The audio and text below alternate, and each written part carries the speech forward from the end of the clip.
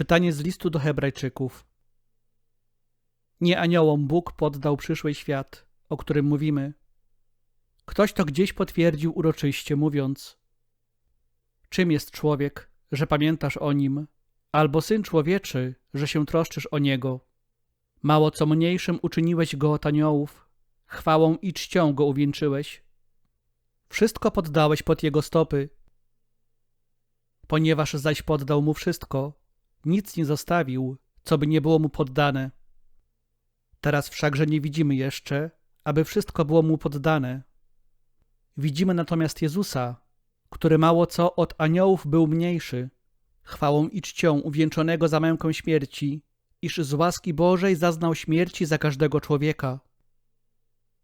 Przystało bowiem temu, dla którego wszystko i przez którego wszystko istnieje, który wielu synów do chwały doprowadza, aby przewodnika ich zbawienia udoskonalił przez cierpienia. Tak bowiem ten, który uświęca, jak ci, którzy mają być uświęceni, od jednego wszyscy pochodzą.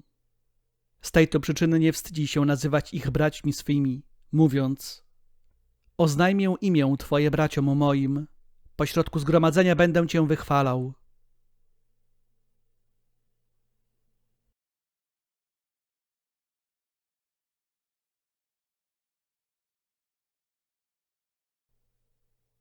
Słowa Ewangelii według świętego Marka.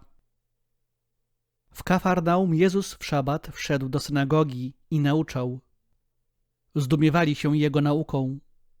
Uczył ich bowiem jak ten, który ma władzę, a nie jak uczeń w piśmie. Był właśnie w ich synagodze człowiek opętany przez ducha nieczystego.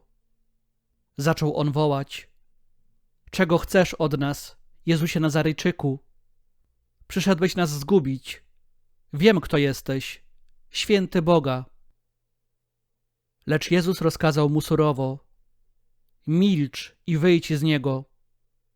Wtedy duch nieczysty zaczął nim miotać i z głośnym krzykiem wyszedł z niego. A wszyscy się zdumieli, tak że jeden drugiego pytał: co to jest? Nowa jakaś nauka z mocą. Nawet duchom nieczystym rozkazuje i są mu posłuszne. I wnet rozeszła się wieść o nim wszędzie po całej okolicznej krainie galilejskiej.